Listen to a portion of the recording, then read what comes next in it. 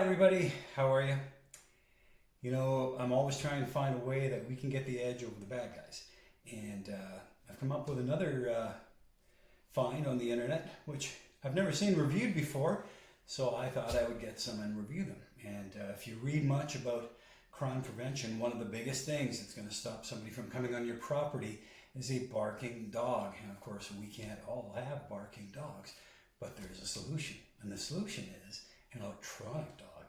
And what an electronic dog does, it monitors an area, and when it senses somebody going through that area, it starts to bark. And I'm going to show you some of the different options available first off.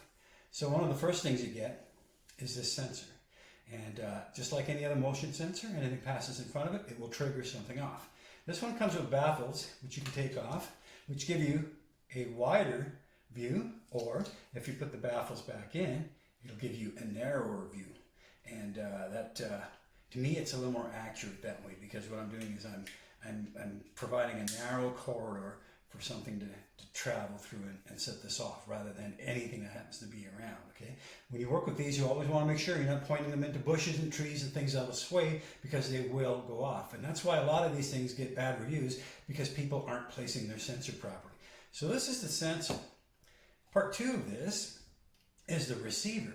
And this is a chime, and it has a number of different sounds on it. One of them is a dog sound. It actually has 3 variations of a dog sound. The rest of them are doorbell sounds and that type of thing. The nice thing about this is these two can be 1,000 feet apart away from each other. Imagine that. And when this senses something, it will still talk to this and tell it to make a sound. That's a lot. That's 3 city blocks of 3 football fields that these two can communicate at.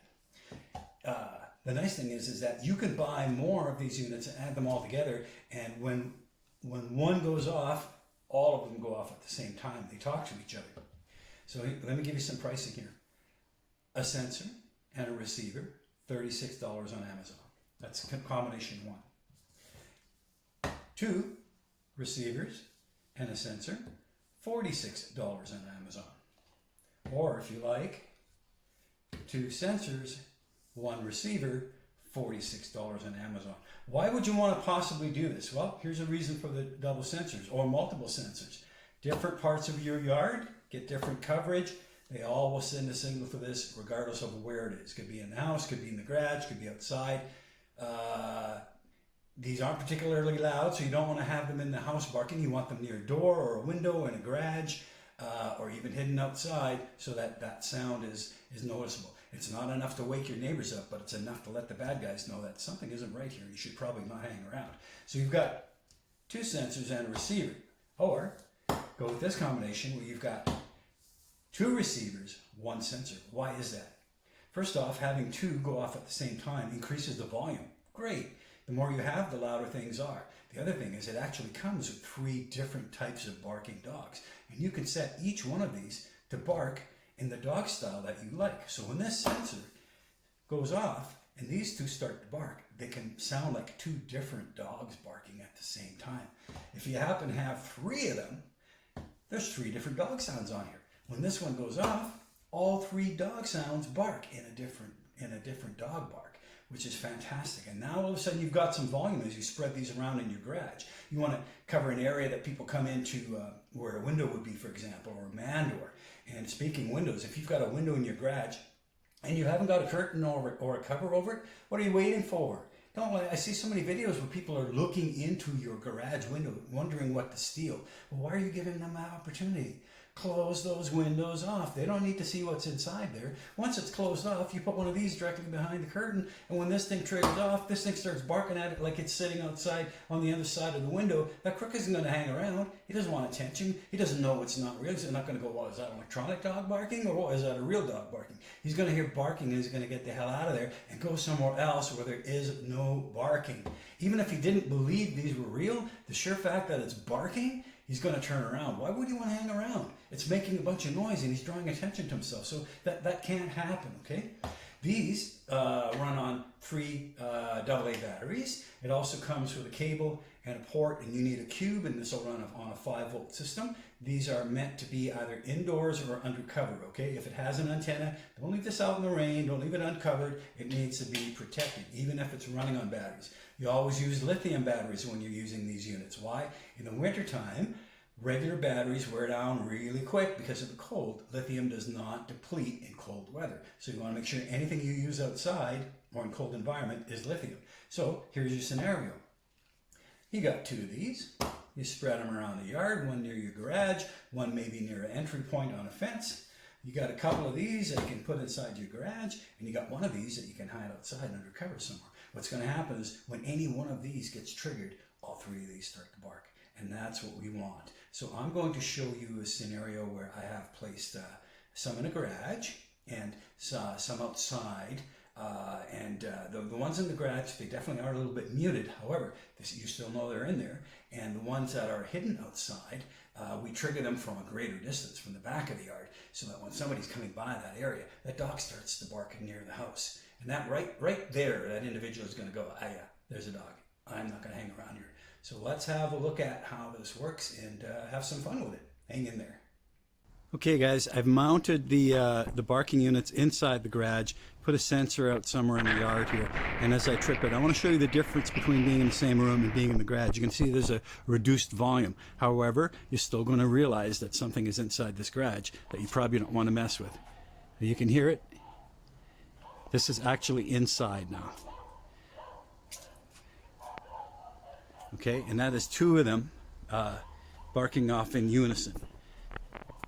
So it's as they get close. Now I put that sensor quite a ways back. We're talking a few feet back here, but that's kind of how that works. I'm going to show you on a distance now with the barker outside and see what happens.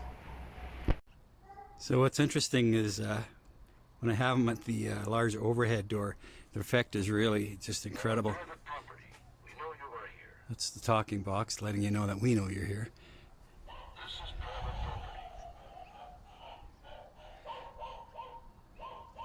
And that's the sound from the outside at the front door. Not bad, starting at $36. Okay gang, here I am in the backyard, and I've put the barking units, I've hidden them outside, and I've got a sensor near the back of the property here, and I'm going to cross that sensor in a second here, and you're going to see what it sounds like. So in this case, it's going to sound like dogs are a little more in the distance, which is a good effect when you're at the back of a property and somebody's trying to sneak in. So here we go, set off the sensor.